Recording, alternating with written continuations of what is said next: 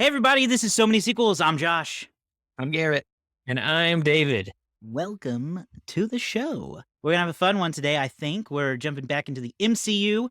I don't know. I was gonna say we don't do it a lot, but we do it when Dave, it's right. you're our statistician. Do you have records on how many Marvel movies we've done? We did the Iron Man franchise, Right. Guardians of the Galaxy.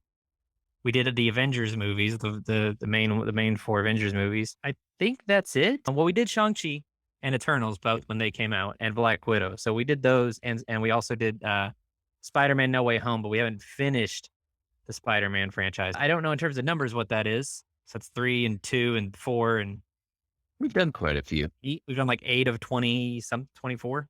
Yeah, we've done a lot. Today, we're gonna go back in time in the MCU to 2016 to talk about Scott Derrickson's Doctor Strange. Doctor Strange in the Multiverse of Madness is coming out. And so to get ready, we thought this is a great time to revisit the first Doctor Strange movie, one that kind of, I don't know. I know what, I'm not going to say what I was going to say because I'll just wait for later. But let me just read a little brief synopsis from Letterboxd Go about ahead. Doctor Strange. After his career is destroyed, a brilliant but arrogant surgeon gets a new lease on life when a sorcerer takes him under her wing and trains him to defend the world against evil. So that's Doctor Strange. I think probably anyone listening to this show is familiar with him as a character. Benedict Cumberbatch plays him. He's been in a lot more MCU films than he has his own series. This is only his second movie that's going to be coming out here soon. I guess let's just dive in with had either of you watched this movie a second time but since it came out, or was this the second? No, I've seen it a few times since it Yeah, came okay. out, but I think probably the last time was probably like 2019 or so. I honestly think that this was the first time that I had seen it outside of the theater since Yeah, 2016, I guess, is when it came out. I agree. I don't think I watched it again since then. No, it was one of the Marvel movies that was like, this is okay. It wasn't, there are some that really just stand out. And he came out at that time where it was like, kind of, we got better characters and you just seem like you're here. He came out at a weird time. I think Came so. out right between Civil War and Thor Ragnarok. Yeah. Kind of got forgotten a little bit. He was- as far he as was a a new- standalone character. He was a new character being introduced in his own film in between Captain America's third movie and Thor's third movie, who were both of those movies were like massive for both of those characters. Mm-hmm. And in Civil War, they introduced Black Panther and Spider-Man, two new characters, but they were introduced in Captain America's movie first. So this was like, I think there was a lot of people sitting there going like, why does this character get his own movie? I think, Right. or why does he get introduced this way? Now, of course, Doctor Strange had actually been name dropped previously before his movie came out in Captain America: The Winter Soldier. So this was actually following through on a tease from a few years before that. But yeah, it was a strange time for him to. It's a strange time for him to come out. Yeah. Yeah. What did we think of the movie? Any takers to go first? Can I go first? Yeah. Please. I have a feeling that I'll probably differ with you guys a little bit here because if you had asked me in 2016, I would have said that this was average MCU movie, but overall nothing too bad about it. It didn't really hit. I didn't walk away going, oh man, that was just so amazing. I was actually hoping that it was gonna. I remember 2016. This movie came out around the same time as Fantastic Beasts and Where to Find Them. And I remember being very much not a Harry Potter person. I was like, you're about to see some real magic with Doctor Strange. And then we went watching. I was like, oh, Fantastic Beasts might have had better magic. But I have to say, even though it's only been 6 years, I feel like Doctor Strange has aged fairly well as a movie for the MCU because Kevin Feige always put it, whenever he would talk about the movie, he said, we're opening up a completely new section of the MCU through Doctor Strange. And that's really come true because nothing that happens in Infinity War or Endgame or Spider-Man No Way Home, I feel like really could have happened without the introduction of Doctor Strange and a lot of the things in this movie. They full on name drop the multiverse. They show you all these different kind of planes of reality and really key in on some things that would set up premises. I won't say that they knew exactly what they were going to do with Infinity War in 2016, but they set up a lot of premises that they would end up being able to use to tell their stories later on. So I feel like it's aged to see a lot of origins for different things that they would do later. I think that the movie's weakest point is its attempt to use humor, and the MCU generally has made a real knack for, like, it has established their style as being sort of action comedy, and this is the one of the movies where the comedy is the weakest. Like, Doctor Strange thinks he's funny, but he's really not that funny. There are a couple good humorous moments, but actually, I think like they really should just double down on the sort of somber seriousness that goes along with his character. There's a couple of good deleted scenes that really show you the glimpses of goodness in him, which I like. People keep saying, "There's goodness in you, Doctor Strange, Steve Strange," and I'm like, but where? So anyway, there are some good deleted scenes that do show him having levels of compassion that we don't get in this movie. But I think it's aged. I do think I like it more now than I did in 2016. Yeah, I'll stick with that. I enjoyed my rewatch this time. That's interesting because I found I liked it until I didn't. I think this one again was one that I was really interested by Doctor Strange because I think they had so much success with Guardians, and that was weird, and they were a little concerned. And I feel like this was their first step into we are gonna take this to the max now. Like that we're gonna trip it, we're gonna make it weird, and we're gonna really just lean into this aspect. And I liked looking back on it the second time, what I like about it is how much Doctor Strange has grown without having his own kind of franchise. Like you look back at this and it's his origin story. And what I really liked about it was that origin story aspect. What I found to be the weakest was everything that happened with the villain. I found that entire story boring and I didn't feel like it was used well. Like it introduced premises and it introduced those things.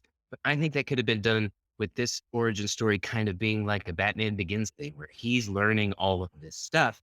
And that kind of teaches us a little bit more about the multiverse and his journey from being that jerk without any kind of core and going through that journey and learning all of that because there is so much to take in and you can learn about that dark magic and you can learn about the positive sides and learn about that history in a different way that doesn't because I didn't really get anything out of Matt. He really served no purpose. I had no interest in that chase and back and forth whatsoever. It did feel like the movie suddenly went, oh, we need to have some action. We need to have a bad guy because it's a superhero movie. We need to And I have some think this kind of movie superhero thing. this movie's weird because it has to go cosmic. It has to go so crazy to introduce that multiverse stuff. But I don't think I think the Mads and his crew could have focused more on just attacking the village or the area wherever they were. I can't remember the name of the place, but if they were just attacking that and they were having to defend that area where they were, rather than taking everything to this massive scale, you can still go through the multiverse and bring in and out, but it doesn't always have to go so big all of the time. And I think that is a problem with Marvel is like every single movie, even these origin stories, goes to such a massive level every time. Mm-hmm. It's Maybe world they do ending need to every focus time. a little bit more central and then expand That's they're introducing new things. one of my favorite MCU movies continues to be Ant-Man because that movie is not about the world ending. It's about getting inside one building and getting back out. Like one semi small building they have to get out of. That's the biggest the scope gets. So it's not a freaking portal to another universe opening in the middle of Hong Kong, which there's some third act problems. Josh, what do you think? So on that note, real quick, there's a great episode of Conan O'Brien Needs a Friend, his podcast. Our good friend Conan. Friend of the pod. He's actually on the show coming up soon, so keep your eyes out for that. Josh, earlier when I was muted, I was talking about Conan O'Brien Needs a Friend. Oh no! I'm so sad I missed that now. So he did an episode with Jake Tapper, which I promise this is related. But they got into a really great, funny argument about how much Conan hates the use of portals as a story mechanism in the Marvel movies. And really overall, he was like, there's always just a freaking portal opening, and that just solves all problems or creates all problems, and it's lazy and I hate it. And Jake Tapper was defending the portals. Very funny episode. Go check out little known podcast from Conan O'Brien. So I don't care. I think I like it. I'm with you, David, where you said it's an average MCU movie. There's nothing really wrong with it. So I'm not like gonna attack it and say it's bad. It's not that it's bad. I just don't have a lot of interest in what they're selling me with it. Originally, when the movie was announced, I was not a fan of Benedict Cumberbatch's casting. I have come to appreciate his take on the character more over time, but I still say this movie did not do that for me. I still don't care about him being in this role in this film. They haven't quite cracked the code yet. They do later, because I think current Doctor Strange is really fun to watch, but he's not fun to watch in this one. And yeah, once the oh, we forgot this is a comic book movie stuff kicks in and it turns into saving the world, it's just is a little too formulaic with a little not enough of the charm and stuff that helps prop up the other movies that also follow the formula. So it's fine. I see now why I didn't watch it or rewatch it, but I don't need it. I think that's a fair take, is that you don't really need this movie, because if you look at the stories that they set up and the growth again that you've seen from Doctor Strange, you get that in so many other movies, and you don't really need this one to go back to. If you're cycling through the Marvel movies, I don't think you need this one, because and that intrigues me as to where they're going to go with the next one, because they don't. I haven't seen Rachel McAdams since this. Maybe every now, maybe like a blip here and there. Chiwetel Elijah for I haven't seen his character in any way, shape, or form, and so it is really interesting to see how they're going to, if they're even going to pick up those strings. Because again, I don't think you need it. Doctor Strange has been involved in so many other things at this point in time, especially going back to Spider-Man and everything that they try to tie it into. I just don't think that this storyline that they have in this one has a way to carry over, unless Dormammu is like the big main baddie next, and I don't think that's the case. Yeah, it'll be interesting to see where, because another aspect we have to think about whenever we watch these movies now, these newer ones especially, is how I still don't really love this word, but it's how the blip factors in. This movie, gosh, we'll get to the end at some point, but I gotta say, one of the aspects of this movie I do love is Chiwetel as Baron Mordo. I do think that he is a very interesting ally who turns to a rival or foe I agree. by the end. And I think, just to interject real quick, I think that's where the story could have been, where you don't necessarily even need Mads. You need Chiwetel and Yeah. Doctor Strange and Wong and the Ancient One and the rivalry that's going on there in that issue. That's the story. And the natural split of Mordo being more, for lack of better words, conservative, and Strange being more progressive in what they can do to save the world, and him saying, and the divide they have about, okay, you fixed this problem today, we're gonna suffer for it later. You know what I mean? And I just can't get by with that. And that division could have made for a really interesting movie within itself without having to involve Caecilius, or even if the by their own actions they accidentally open this path to the dark dimension and Dormammu almost shows up. That could have at least been, okay, there was a tease of something scarier out there that Strange and Mordo were able to get put away. But it'll be interesting because 5 years went by. Was Mordo alive for those 5 years? Did he somewhat accomplish what his mission was? Did he and Wong, since we know thanks to No Way Home that Wong was around, did he and Wong make an alliance, make a truce, and fix the problem that is teased at the end of this movie? Or is that going to reemerge? I think I have seen that based on the cast list that Chiwetel is in the new movie. So it'd be interesting to see how they want to handle that. Do they want to just drop it? Is it still there? We'll have to see. But I like there's sort of a supervillain origin here. And I feel like if they hadn't gone, if Infinity War and Endgame and No Way Home hadn't sparked this whole new interest in the multiverse, Doctor Strange 2 could have been a very different movie than what we're getting now. Yeah, it's 2016 wasn't that terribly long ago, all things considered, but it is interesting to look at this movie from the perspective of how different Marvel movies are now, because they don't really make solo movies anymore. They obviously have movies that are like Spider-Man No Way Home and Thor Love and Thunder, but they are not they have the other Avengers always appear in other movies now. Yeah. This wasn't the case yet back then. No. So it's a whole different way of storytelling that they've switched to. No, the supporting casts of these movies have gone from being their own characters in those shows to being the other superheroes in a lot of ways. They don't you don't need for Thor Ragnarok, he didn't need a Natalie Portman love interest because they could bring in the Hulk and still have Loki around and then bring in Valkyrie, other superhero people to be the supporting cast. Or in Spider-Man, part of the supporting cast can be Doctor Strange and can be other Spider-Man. So things that have changed a lot. And we started to see that change with Captain America Civil War. But yeah, I don't know. It's so, it's hard to think about this movie now because I do remember not hating it in 2016, but thinking, I remember saying in 2016, and I've said this about a few MCU movies, that I walked out and I was like, that was an okay movie. I don't think it's going to be Doctor Strange's best movie because I don't think Thor's best movie is not his first. And I would even say Captain America's first movie is not his best. So I feel this way about Captain Marvel too. I have a feeling that her sequel ended up being even better. And I think Doctor Strange, I'm very much looking forward to Multiverse of Madness because I do think that Doctor Strange has actually become a fairly recognizable character over the last 6 years because of his supporting roles in Avengers movies and other movies. This portal thing is very iconic at this point. The spinning ring of fire portals have become very iconic. He's also very Tony Starkian at this point in time. He's filled that role, especially for Spider-Man, it seems, at this point in time that he is stepping in. And for a long time, I feel like there have always been a lot of similarities between Doctor Strange and Iron Man and, oh my God, I've gone blank, Tony Stark. In as far as like billionaire, eccentric, arrogant, very full of themselves. The difference is, and David, you mentioned this, is that Doctor Strange doesn't quite have that charm and charisma. He's more dry, and that comes across as very arrogant, even more than Tony Stark.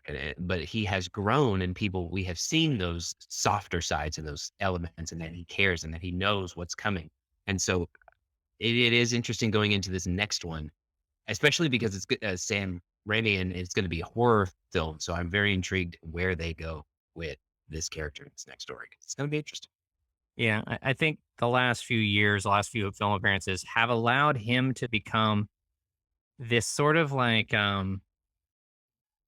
assumed expert, let's say. Like he is like everybody just implicitly trusts him a little bit because I know, a lot of people, I never saw Doctor Strange, but he's the Sorcerer Supreme, so he must be a pretty big deal. And people just kind of implicitly trust him when he says stuff. Like he has a lot of authority, I think, in the MCU right now. And he's not necessarily if we do have another Avengers movie, it's very possible he's not in it. It's very interesting that he's been in this sort of consult. This is something that I think I'm aware of in the comics is that a lot of times Doctor Strange, when he's not in his own comic books, is like a consultant. Spider-Man or Iron Man will just show up at Doctor Strange's and be like, yeah, I'm going through this weird thing. Does this look like magic to you? Even so much that we see Wong appear in Shang-Chi giving some magic expertise at the end of that movie. So like the breadth of what they have Doctor Strange and Wong, for that matter, involved in is pretty wide. Wong's been in like 6 movies. Going back to this original one thing that I would say that the action in this is weak.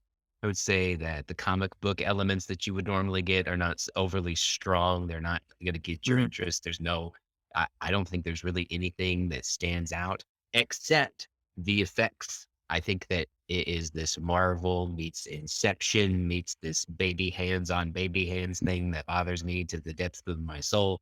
But I think that the effects are still really interesting, but I also look back and go, man, I remember they were making a big deal. They thought this might be too weird. And now it's just whatever. Like Yeah. it has become so tame compared to what we have gotten that it is still weird, but I've also seen weirder from Marvel. Yeah. It's fun to Yeah, look back at that. The sizzle reel of the multiverse that we get when she sends them flying time and space, I think was and still is pretty cool because I feel like it still is a pretty neat promise. For me, the baby hands is strange, and like the hands then forming Doctor Strange's face. And then for me, it's always when he goes into his own eye and he's like grabbing on to like little it flies in. It's always stuck with me is like the moment that I highlight. Like eye stuff, and then it's like baby hands into an eye, and it's like the worst combo for me. I do agree though. I think that the action, I feel like they tried to come up with unique things to do using magic. But unfortunately, after a while, it just comes down to people hitting each other with swords and shields, magic or not. And it's just not as captivating as it really could be or as imaginative as it could be. There is a really fun shot, a little fun, like very small moment where Strange is running and he throws like a cabinet down behind him and Caecilius is chasing him.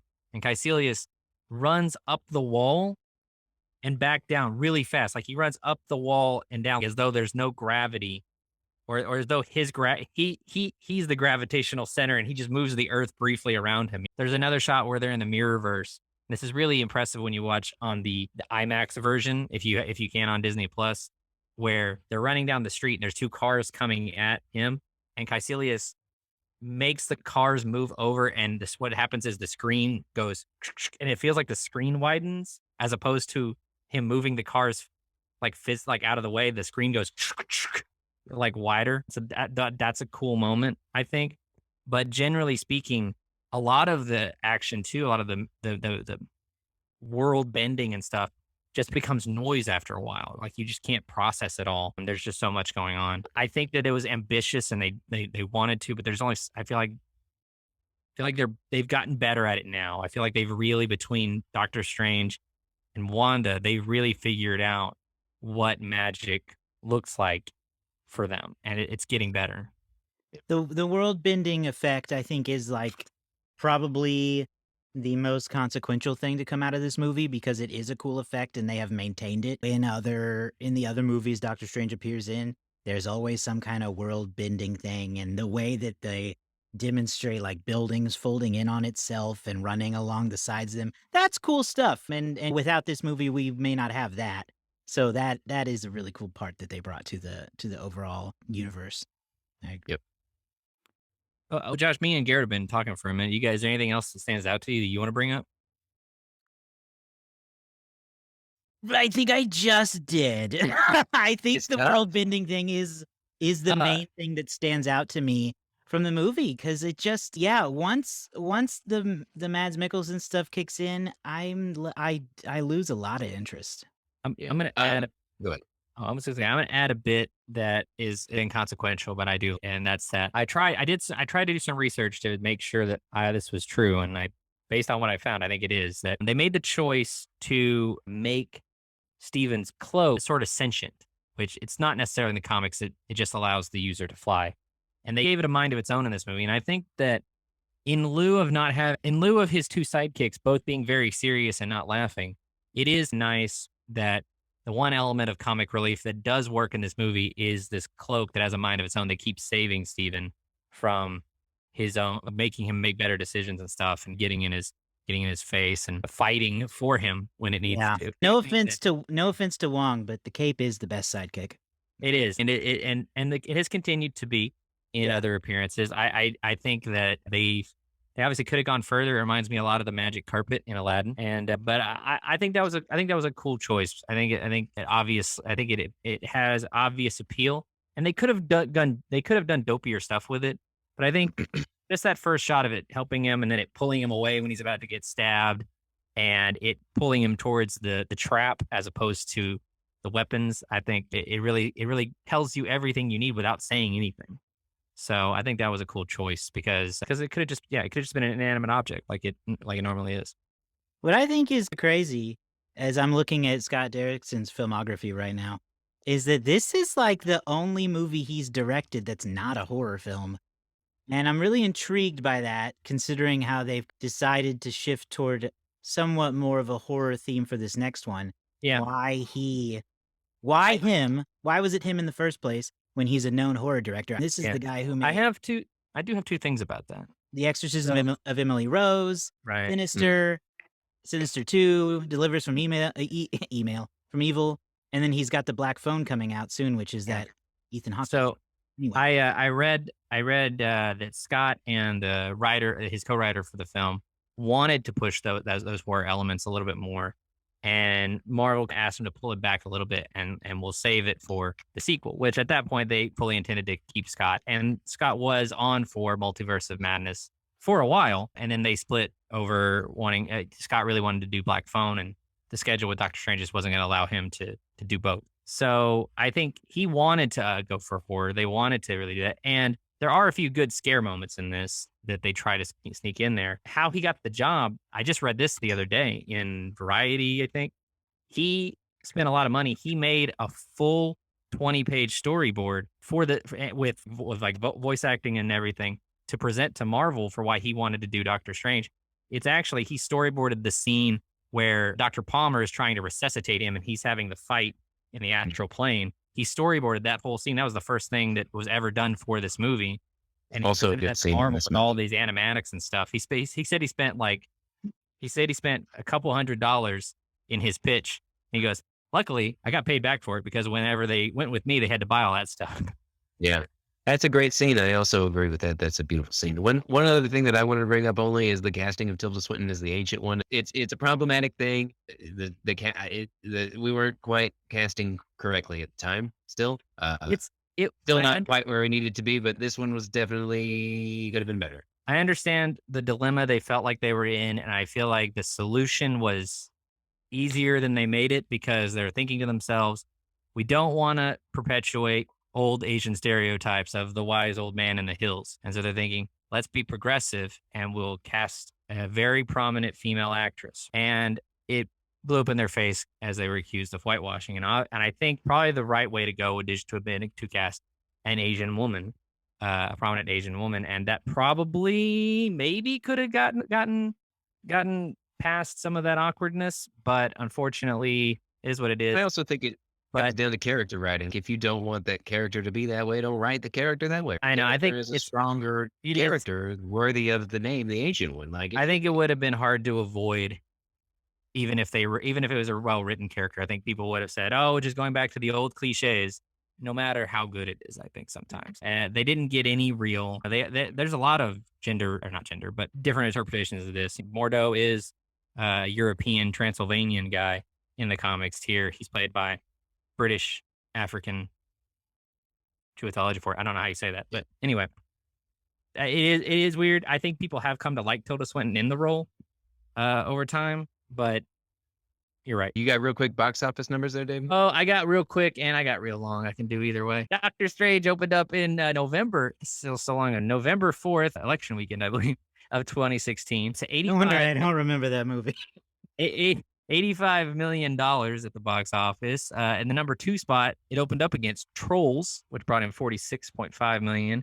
Number 3, Hacksaw Ridge with 15.1. And number 4, Boo, Madea Halloween, was in its 3rd weekend. And at number 5, we called Inferno. Doctor Strange would go on to make $232 million in the United States, $445 overseas, for a worldwide total of $677 million. That 232, not bad. It was one of 13 movies to make over $200 million that year. It would finish just $2 million behind Fantastic Beasts and Where to Find Them. You can see our review of that, or you can watch and listen to our review of that movie right now. The number 1 movie of 2016 in the United States, Rogue One, A Star Wars Story, followed by Finding Dory, Captain America Civil War, The Secret Life of Pets, and The Jungle Book, the Jon Favreau's The Jungle Book, which I actually dig. Worldwide, the story is very much the same. You just swap Captain America and Rogue One there at the top of the chart. The only other stat I was going to bring up was where it sits in the MCU. Doctor Strange, in terms of its lifetime gross, is down at number 18, which you think, wow, that's low. But there are 24 of these things, and some movies they got to go in a certain order. At 232, it's just behind Captain America: The Winter Soldier, and just above Shang-Chi, which did come out towards the end of a pandemic. So I think, in terms of opening, it's also middle of the road. And so there you go, Doctor Strange and the Multiverse of Madness, the number 13 movie of 2016. Let's go to the letterbox here. Yeah, let's look at some a few of the most popular letterbox reviews for this movie, see what the people are saying. We've got easily one of my favorite Marvels. The MC Escher-esque visuals are pretty rad. We talked about that. There you go. The shot where Mads gets imprisoned by the saw-like mechanical trap is fire. Mm-hmm. It's like a weird dance move that he does. When the words "Doctor Strange will return" appeared on screen, someone literally screamed, "Of course it will! Fuck!" And I have never related more to any human being ever. Oh yeah, I forgot I was going to talk. I was going to say something about that. Go ahead. I hope Rachel McAdams got that sweet money for successfully pretending to be attracted to a lizard man hybrid. Heyo. And finally, Thor. No Marvel movie can waste their female lead like I wasted Natalie Portman. Doctor Strange, hold my beer. Yeah. Yep. Or- Absolutely true. Had So nothing with to that do. in mind, let's all do some guesses. I think this one's gonna number in the 2.7 range. I think it's Okay. low. Okay. I'm going to say it's I'm going to guess like a 3.1. Okay. I want to say 3.3, I think. Let's see. We actually have a decent spectrum for us. We do. They're not all Okay. point different. What if I told you we all went too low? Oh, wow. Really? Surprisingly enough, that does mean that I get to say I won since I'm the Oh. closest, but it is 3.5. 3.5, a solid in the middle, 3.5. 3.5 from the Letterbox community, which is like our favorite movie app. So go download it if you haven't yet. Make an account and follow all of us. Our names. You can search it. All right. That unofficially puts Josh. Oh, no, wait. Officially, that puts Josh at 3. Okay. Right now, I'm in the lead of the Letterbox game. 4. Garrett, 2. Josh, 3. And Andrew with 1. Okay. Which Great. that's no knock on Andrew. He's only been in a few shows this year. Right. Busy boy. He's got a high What are benefit. our rankings there, friends? 2.5, I think. I wonder. No. 3. It's Alright, okay. It's not terrible. I'm gonna give it a 2 because I am quite disappointed in it. Okay. Interesting. Based on what I just pulled up my MCU list on Letterboxd, and I previously have given it a 3.5, and I'm fine with that. I'm fine with keeping it Hey, that is at 3.5.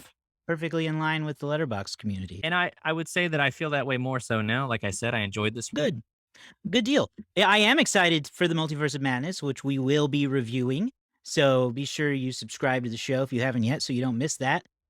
So many sequels.com. You can find our list of the apps that we're on, podcast apps. And there's a video version on YouTube. You can subscribe to that as well. And then, of course, if you go to Patreon, if you really like the show, you can support us with a few bucks. That would be cool. Patreon.com/so-many-sequels. Make it rain on your boys. We That need would it. be awesome. So we'll be back next time. We've got a fun summer lined up for everybody. We got a Top Gun sequel to look forward to. We've got this, obviously, and We've heard inside rumors that the new Top Gun is going to make dads everywhere the happiest human beings alive. So be prepared. yeah, it's very Oh, boy. possible. So we'll see you guys next time. All right. Bye.